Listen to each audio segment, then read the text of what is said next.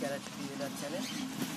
Bird এবং ক্যারাটের বিভিন্ন রকম ভিডিও এখানে করতে পারেন। তো আজকে আমি দেখাবো পাখির ককটেল পাখির খাবার কীভাবে আমি তৈরি করে দিই। তো আজকে সেই ককটেল পাখির খাবার তৈরি করছি, আপনারা দেখবেন। ভালো লাগলে একবার লাইক করে দেবেন, শেয়ার করলে খুব উপকৃত হবে। কারণ আমার নতুন চ্যানেল আপনাদের উপরে নির্ভর করবে, ভালো লাগা মন্দ লাগা তার উপরেই চ্যানেল দাঁড়াবে। তো আজকে আমি ককটেল পাখির খাবারের সমস্ত বাটিগুলো বের করে নিয়েছি। তো এখনও কিছু বাটি আছে, আমি সবসময় খাবার পর্যাপ্ত পরিমাণে বেশি পরিমাণে দিই। তো যা দরকার তার দ্বিগুণ খাবার আমি ভিতরে দিয়ে রাখি, যাতে ওদের কোনোদিন খাবারের ঘাটতি না পাবে। আমি পাখিকে বেশি ভালোবাসি, তো ওই জন্যে খাবার যায় যাক, যেন পাখি কোনোদিন ক্ষুধার্ত না থাকে। দেখুন সব ভরা আছে খাবার, তবুও আমি আবার নতুন করে সব ঝেড়ে সাজিয়ে দেবো। তো আমি প্রথমে ধানের বাটিটাকে ঝেড়ে নিচ্ছি।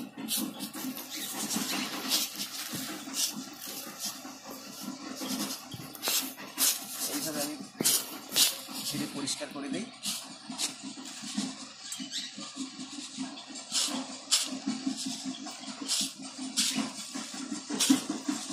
ধান ছাড়া হয়ে গেল, ধানের বাটিতে ধান পরিষ্কার করে দিলাম। আবার নতুন কিছু ধান অ্যাড করবো।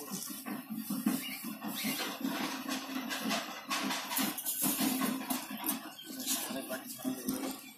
এবারে আমি খাবো আমার সিড মিক্সের খাবারের পাত্রটা।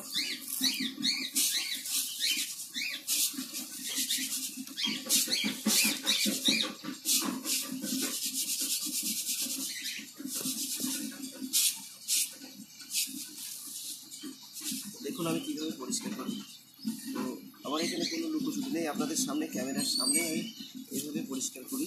প্রত্যেক দিনই আমি সেটাই দেখাচ্ছি। আপনারা দেখে যদি আপনাদের একটু উপকৃত হন, আমারও ভালো লাগবে।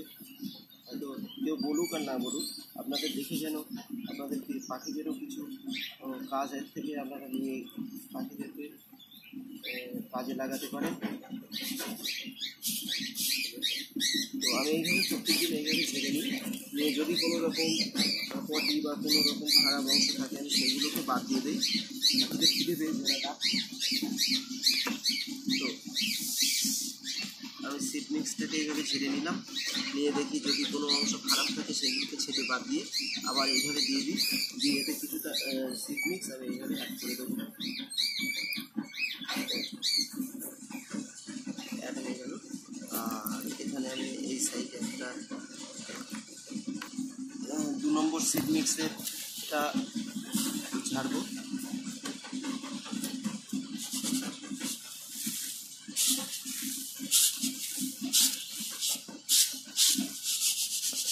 আপনারা এখন একটা খাতা অথবা বই নিয়ে তার উপরে এইভাবে ঝেড়ে দিতে পারেন, তাহলে চোখে মুখে আসবে না।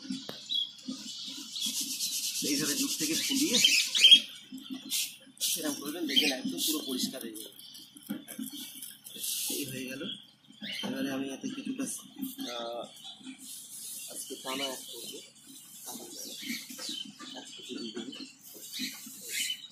বেশি বেশি করে, যাতে পাখিরা কোনোদিন খাবারের ঘাটতি না পড়ে।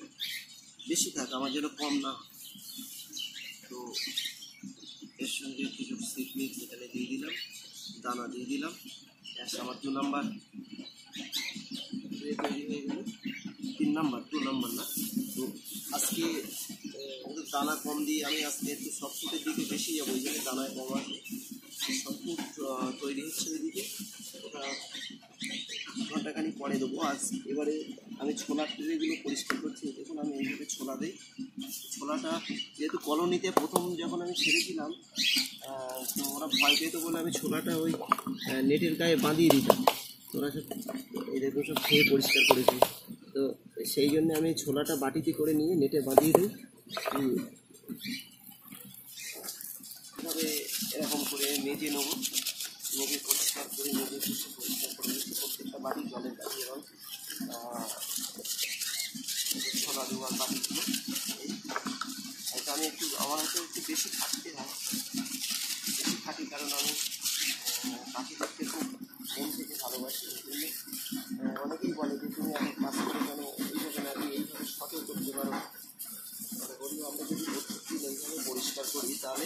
পাখিদের রোগ রোগ কম হবে। এই জন্য সবাই চেষ্টা করবেন দিনে দিন সমস্ত জলের বাটি, খাবারের বাটিগুলো এইভাবে মেজে পরিষ্কার করা। পরিষ্কার করলে তাহলে আপনাদের ভাইরাস হওয়ার সম্ভাবনাটা কম থাকে। আর যদি আমরা পরিষ্কার না করি এইভাবে দিই, পাখিরা খাবে কিন্তু রোগগ্রস্ত হয়ে যেতে পারে। এই জন্য আমি প্রত্যেককে পরিষ্কার করি। এইভাবে পরিষ্কার করার পরে ধুয়ে নেবো। ধুয়ে নিয়ে এই যে বাটিগুলো সব ধুয়ে নিলাম, নিয়ে এইভাবে শুকনো করে নিলাম ঝেড়ে। এইবারে আমি এতে কিছুটা ছোলা অ্যাড করবো আজকে। এই যে আমার ছোলার বাটি, পাখিদের ছোলা দিয়ে দিচ্ছি আমি। ছোলার পরে আবার আজকে দুপুরে একটু ভাত দেওয়ার চিন্তা ভাবনা আছে, পাখিদের ভাত এবং বিভিন্ন রকম সবজি দেবো। তো পরে ভিডিও করবো। আমি আজকে অল্প অল্প করে ছোলা দিচ্ছি, কারণ বেশি ছোলা খেলে আবার ওইদিকে খাওয়া বন্ধ করে দেবো। এই জন্য অল্প করে ছোলা দেবো, আবার বিকেলে একবার দেবো। এই যে অল্প অল্প করে কিছুটা ছোলা দিলাম। আর এই যে আমার চাল ভিজানো ছিল, আজকে একটু চাল ভিজানো দেবো, কারণ পাখিদের বাচ্চা খেতেছে, ওদের কার্বোহাইড্রেট দরকার। এই কার্বোহাইড্রেটটা পাবে এই চালের থেকে। এসব পাখিদের কার্বোহাইড্রেট এই চাল পূরণ করে দেবে। অনেক বাচ্চা খেতেছে আমার, ওই জন্য আজকে একটু চাল দিতে হবে। আর জলে দিয়েছি আমি টেট্রাসাইক্লিন আজকে। আর বাচ্চা ফোটার কিছুদিন যদি আমরা 2 থেকে 3 দিন টেট্রাসাইক্লিন এই ক্যাপসুলটা জলে দিয়েছি, একটু যখন জলের কালার হলুদ হয়ে যাবে এই জল দিয়েই পুরো বাটিগুলো ধুয়ে নিলাম। আবার ওই জলই এবার ওদেরকে আজকে খাওয়ার জন্য দেবো। টেট্রাসাইক্লিন করতে হবে। পাখিদের যে ক্যান্সার একটা রোগ আসে, পেটের তলায় কালো হয়ে যাওয়া বা কিছু না বুঝতে পেরে পাখির বাচ্চাগুলো মারা যায়, সেটা টেট্রাসাইক্লিন দিয়ে সম্ভাবনাটা খুবই কম থাকবে। তো আজকে আমি খাবার এইভাবে তৈরি করে নিলাম। এবার আমি পাখির ঘরের মধ্যে গিয়ে খাবারগুলো দিয়ে দেবো। তো এবার আমি পাখির ঘরে ঢুকছি, পাখিদেরকে খাবারগুলো সাজিয়ে দেওয়ার জন্য পাখির ঘরে ঢুকে গেছি। পাখির ঘরগুলো এই খাবারগুলো আমি এবারে সাজিয়ে দেবো, তাড়াতাড়ি হয়ে যাবে।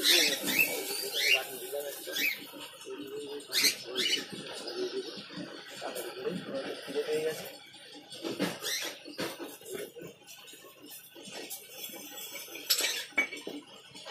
খাওয়ার জন্য প্রস্তুত হচ্ছে বা আমি ওই মতো না লড়ে আর স্লিপ না করে, তাহলে ওরা ভয় পাবে। এই জন্য পাশে একটা খোলা দিয়ে সাপোর্ট দিয়ে দেবে, ভাড়া দিয়ে যাবে। ওরা বসে যেন এটা না খাবে। পাখিরা চলে আসছে খাওয়ার জন্য,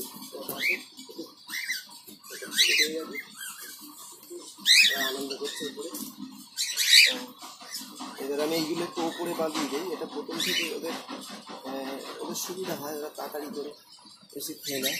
প্রথমে ওরা নিচে নামতো না, যখন আমি কলোনিতে পাখি ছাড়ি নিচে না নেমে ওরা উপরে খেত, সেই জন্য অভ্যাস আছে। ওই জন্য ওদের তাড়াতাড়ি যাতে ওরা খেতে পারে আমি একটু উপরে টানিয়ে দিই।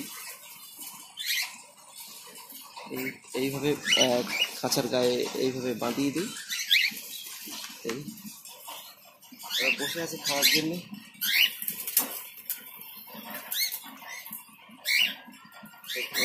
একটা ভয় পায় না, কারণ আমি প্রত্যেকদিন এইভাবে ভিতরে ঢুকি।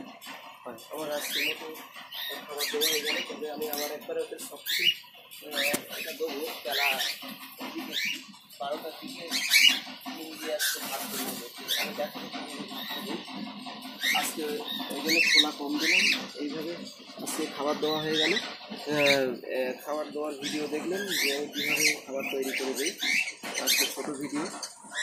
যদি পাখি প্রিয় বন্ধুদের আমার পাখি খাবার দাবার দেখে ভালো লাগে, তাহলে একবার লাইক করে দেবেন। আর যদি আপনারা একটু উপকৃত হন তাহলে শেয়ার করবেন।